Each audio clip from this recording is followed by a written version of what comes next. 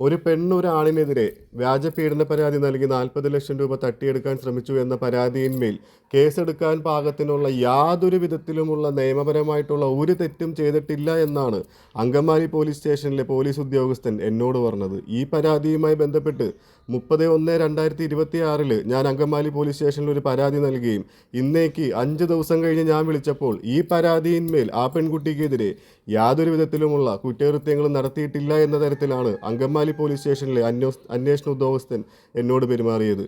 പ്രിയമുള്ളവരെ, നിങ്ങൾക്ക് എല്ലാവർക്കും എൻ്റെ വീഡിയോ കാണുന്നവർക്കറിയാം, ഒരു വ്യാജ പീഡന പരാതി നൽകി ഒരാളിൽ നിന്നും 40 ലക്ഷം രൂപ തട്ടിയെടുക്കുകയും അതേപോലെ തന്നെ അയാളുടെ വിദ്യാഭ്യാസ ഡോക്യുമെൻറ്റുകൾ പിടിച്ചു വെച്ച് യാതൊരു വിധത്തിലും ജീവിതത്തിൽ മുന്നോട്ട് പോകാൻ പറ്റാത്തൊരു സാഹചര്യത്തിലോട്ടുമാക്കിയ ഒരു യുവതിക്കെതിരെ അല്ലെങ്കിൽ അവളുടെ കുടുംബത്തിനെതിരെ ഞാൻ നൽകിയ പരാതിയിന്മേൽ ഇന്നും 5 ദിവസങ്ങൾ കഴിഞ്ഞിട്ടും ഇതേ പരാതി അങ്കമാലി പോലീസ് സ്റ്റേഷൻ്റെ ഫയലുകൾക്കിടയിൽ ഇന്നും പൊടി പിടിച്ച് മാറാല പിടിച്ച് കിടക്കുകയാണ്.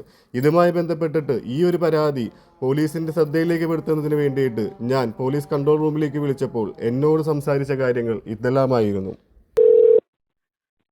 നമസ്കാരം, പോലീസ് കൺട്രോൾ റൂം. ഹലോ, സാറേ നമസ്കാരം. എന്റെ പേര് എബ്രാം ഡേവിഡ് എന്നാണ്. ഞാൻ അങ്കമാലിയിൽ നിന്നാണ് വിളിക്കുന്നത്. പോലീസുമായി ബന്ധപ്പെട്ടിട്ടുള്ള ഒരു സംശയം ഒന്ന് ചോദിക്കാൻ വേണ്ടിയിട്ടായിരുന്നേ. സാറേ, നമ്മളൊരു സ്റ്റേഷനിൽ ഒരു പരാതി കൊടുത്താൽ ആ പരാതിയിൽ ഉന്നയിക്കുന്ന പ്രതിഭാഗത്തുള്ള ആള് സ്റ്റേഷനിൽ വരണേന് എത്ര സമയം വേണം? സാർ, ഇത് പരാതിയുടെ ഇതുപോലെ ഇരിക്കും. മീൻസ് അവര് എമർജൻസി ആണെങ്കിൽ എമർജൻസി ആയിട്ട് വിളിപ്പിക്കും. അതല്ലാന്നുണ്ടെങ്കിൽ അന്വേഷിച്ച് കണ്ടെത്തേണ്ടതാണെങ്കിൽ അന്വേഷണം പൂർത്തിയാക്കിയിട്ട് വിളിപ്പിക്കത്തുള്ളൂ. അതെ. അപ്പൊ ഒരു പരാതി നൽകി നമുക്ക് റെസീപ്റ്റ് തന്നു. അതിനുശേഷം 2 ഭാഗക്കാരോട് സ്റ്റേഷനിൽ വരാൻ പറഞ്ഞു. പോലീസുകാർ ഇവര് വിളിച്ചു, ഇവര് വന്നിട്ടില്ല. ഇതേവരെയായിട്ടും വന്നിട്ടുമില്ല, പോലീസ് നടപടി എടുത്തിട്ടുമില്ല. അപ്പൊ അങ്ങനെയാണെങ്കിൽ ഒരു പരാതി കൊടുത്താൽ ഇപ്പൊ ഓൾമോസ്റ്റ് 4-5-ാമത്തെ ദിവസമായി. 5 ദിവസമായി. സാർ എന്തായാലും ഇന്നലെ സ്റ്റേഷനിൽ പോയിട്ട് CA കണ്ട് കാര്യം പറയൂ കേട്ടോ. അല്ല, നമ്മളപ്പോ ഒരു പരാതി കൊടുത്ത് റെസീപ്റ്റ് തരുന്ന പോലീസിന് ഒരു ഉദ്യോഗസ്ഥർക്ക് ഒരു ഉത്തരവാദിത്വം ഇല്ല അപ്പൊ ഇതില്.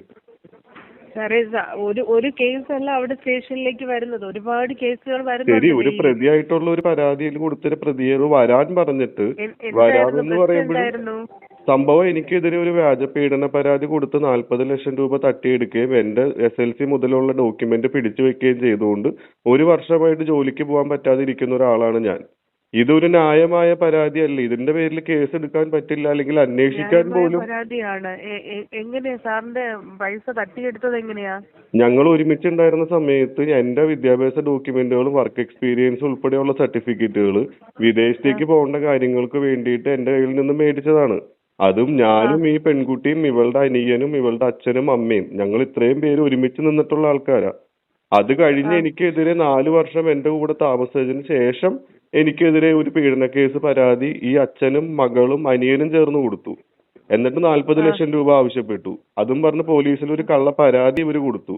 അതിന്റെ ഭാഗമായിട്ട് എന്നെ പോലീസ് സ്റ്റേഷനിൽ വിളിപ്പിച്ചു, എന്റെ മൊഴി എടുത്തു. അതിനുശേഷം 1 വർഷമായിട്ട് ഒരു നടപടികളും അവർ സ്വീകരിച്ചിട്ടില്ല. എന്റെ ഡോക്യുമെന്റ് തിരിച്ചും തന്നിട്ടില്ല.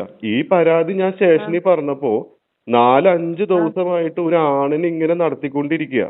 അപ്പൊ ഈ പ്രതിഭാഗത്തുള്ളത് ഒരു പെണ്ണായതുകൊണ്ടാണോ ഈ കേരള പോലീസിന്റെ ഭാഗത്തുനിന്ന് ഒരു അവരുടെ അച്ഛനെ വിളിച്ചിട്ട് നിങ്ങൾക്കെതിരെ ഒരു പരാതി കിട്ടിയിട്ടുണ്ട്, നിങ്ങൾ വരണോന്ന് പറഞ്ഞു. ഇയാൾ വരാമെന്ന് പറഞ്ഞു. അതിനുശേഷം ഇയാൾ ഇന്നേ വരെ വരാതെ അയാളുടെ വീട്ടിൽ സുഖമായിട്ട് ഇരിക്കണ്ടെങ്കിൽ അങ്കമാലി സ്റ്റേഷനിലുള്ള പരാതിയാണ് ഞാനിപ്പോ ഇത് പറയുന്നത്. ഇവര് ഒരു ഫോൺ പോലും അയാളെ വിളിച്ചിട്ടില്ല. എല്ലാ ദിവസവും ഞാൻ സ്റ്റേഷനിലേക്ക് വിളിച്ച് അന്വേഷണ ഉദ്യോഗസ്ഥനായിട്ടുള്ള ആളെ ഞാൻ വിളിക്കുന്നുണ്ട്.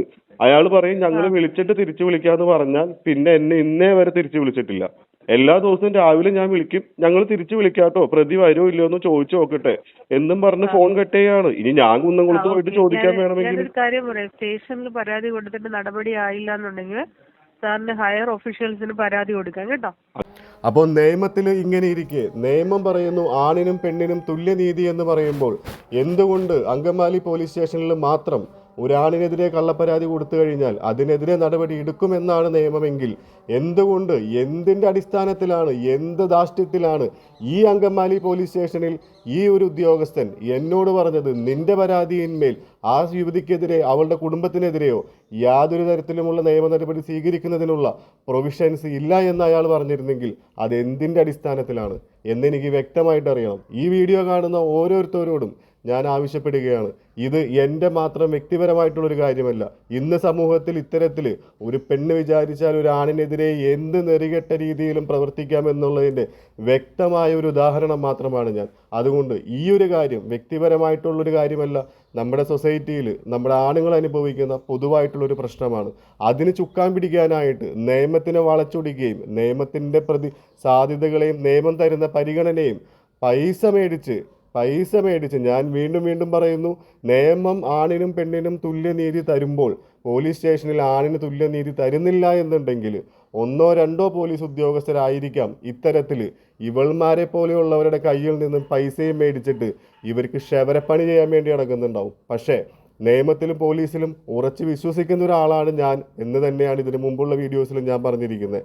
ഇപ്പോഴും ഞാൻ പറയുന്നു, 1-2 പോലീസ് ഉദ്യോഗസ്ഥർ ചിലപ്പോൾ ഇതേപോലെ പൈസയുടെ പുറത്തോ വേറെ എന്തെങ്കിലും സ്വാധീനത്തിൻ്റെ പുറത്തോ ഇത്തരത്തിലുള്ള ഒരു അനീതിക്ക് കൂട്ടുനിന്നേക്കാം. എന്നാൽ ഭൂരിഭാഗം വരുന്ന മറ്റു പോലീസ് ഉദ്യോഗസ്ഥരും ഉയർന്ന പോലീസ് ഉദ്യോഗസ്ഥരും ഈ പരാതിയിന്മേൽ ഇടപെടണമെന്ന് ഞാൻ ആഗ്രഹിക്കുന്നു. അതുകൊണ്ട് ഈ വീഡിയോ കാണുന്ന നിങ്ങളെല്ലാവരും ഈ ഒരു വിഷയത്തിൽ ഇടപെട്ട്, ഇതൊരു പബ്ലിക് ഇഷ്യൂ ആണ്, ഇതൊരു പേഴ്സണൽ ഇഷ്യൂ അല്ല. അതുകൊണ്ട് ഈ ഒരു ഇഷ്യൂവിൽ എല്ലാവരും ഇടപെടണമെന്നും ഈ ഒരു വീഡിയോ അധികാരികളിലേക്ക് എത്തുന്നതിന് വേണ്ടിയിട്ട് നിങ്ങളാൽ കഴിയുന്ന വിധം ഈ വീഡിയോയെ സപ്പോർട്ട് ചെയ്യണമെന്നും ഞാൻ ആവശ്യപ്പെടുകയാണ്. അതോടൊപ്പം തന്നെ ഇതിനെല്ലാം കാരണക്കാരിയായിട്ടുള്ള ആ പെൺകുട്ടിയോടും ആ പൈസയുള്ള ആ കുടുംബത്തോടുമാണ് ഞാൻ പറയുന്നത്, നിങ്ങളുടെ പൈസ വെച്ച് നിങ്ങൾക്ക് 1-2 പോലീസുകാരാ നിങ്ങൾക്ക് ദാസ്യപ്പണി ചെയ്യാൻ നിങ്ങൾക്ക് മേടിക്കാൻ പറ്റിയെന്ന് വരാം.